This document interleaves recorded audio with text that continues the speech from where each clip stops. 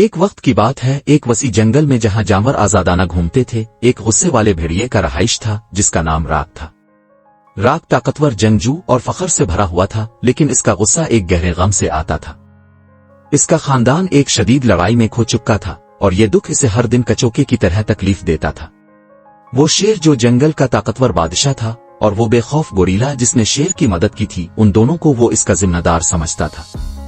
اس کی پیک جو علاقے پر قبضے کی لڑائی میں پھنس گئی تھی، اس کی قیمت چکتی تھی اور راک کے پیاروں کی قربانی ہوئی تھی۔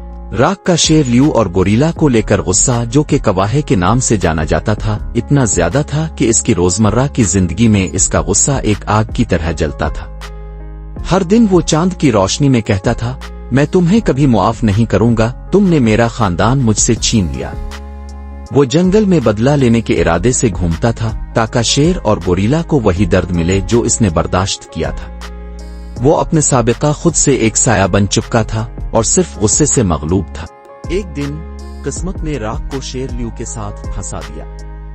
شیر، جو کہ عظیم اور باوقار تھا، دریا کے کنارے بیٹھا تھا اور بے خبر تھا کہ بھیڑیے نے اس کی طرف قدم بڑھا لیا تھا۔ راک کی آنکھوں میں غصہ تھا اور بغیر کسی ہچکچاہٹ کے وہ شیر پر جھپٹ پڑا۔ لڑائی خونریز تھی، راک کے تیز دانت شیر کے مضبوط پنجوں سے ٹکرا گئے، لیکن شیر ماہر تھا اور اگرچہ بھیڑیے نے چھلانگیں لگائیں، شیر نے اسے نیچے گرا دیا۔ راک نے مزاحمت کی، لیکن شیر نے گرجتے ہوئے کہا، اس کی آواز پرسکون مگر پر اتھارٹی تھی، تمہیں پتہ نہیں ہے کہ تم کس سے لڑ رہے ہو؟ راک، شیر نے کہا، میں نے کبھی تمہاری پیک کو نقصان پہنچانے کی کوشش نہیں کی۔ یہ کواہے تھا جو… شیر کا جملہ مکمل ہونے سے پہلے کواہے آ گیا، اس کا طاقتور جسم ان کے اوپر سایہ ڈال رہا تھا۔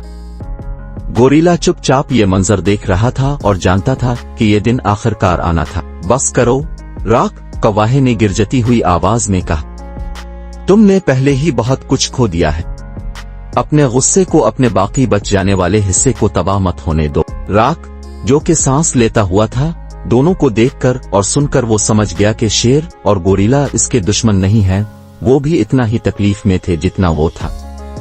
کواہے کی آنکھوں میں نرمی آ گئی جب وہ بھیڑیے کے قریب آئے۔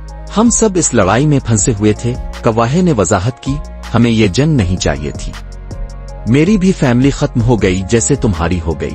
شیر نے سر ہلایا اور اس نے اپنا جسم نیچے کیا، میں نے کبھی تمہاری پیک کو نقصان پہنچانے کا ارادہ نہیں کیا تھا راک، میں اپنے خاندان کا دفاع کر رہا تھا جیسے تم اپنے خاندان کا کرتے۔ راک کا غصہ دھیرے دھیرے ختم ہونے لگا اور ایک دکھ نے اس کا دل بھر لیا جس کا وہ پہلے توقع نہیں کرتا تھا۔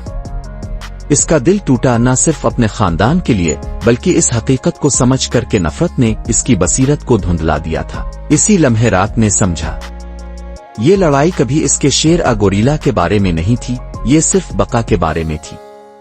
ان تینوں نے کچھ کھویا تھا لیکن وہ مل کر اس کا علاج کر سکتے تھے۔ اس دن کے بعد راک، لیو اور کواہے ایک غیر متوقع رشتہ بنا بیٹھے۔ وہ جنگل میں امن قائم کرنے کے لیے ایک ساتھ کام کرنے لگے اور اگرچہ وہ کبھی دشمن تھے لیکن اب وہ اس زمین کے محافظ بن گئے تھے جنہیں ان کے مشترکہ درد اور حکمت نے جوڑا تھا۔ جنگل ان کی موجودگی سے محفوظ تر ہو گیا تھا اور راک آخرکار سکون پانے لگا، یہ جانتے ہوئے کہ خاندان صرف خون کا رشتہ نہیں ہوتا بلکہ وہ جو تمہارے ساتھ کھڑے ہوں جب طوفان گزر جائے۔ Thanks for watching. Please subscribe my channel.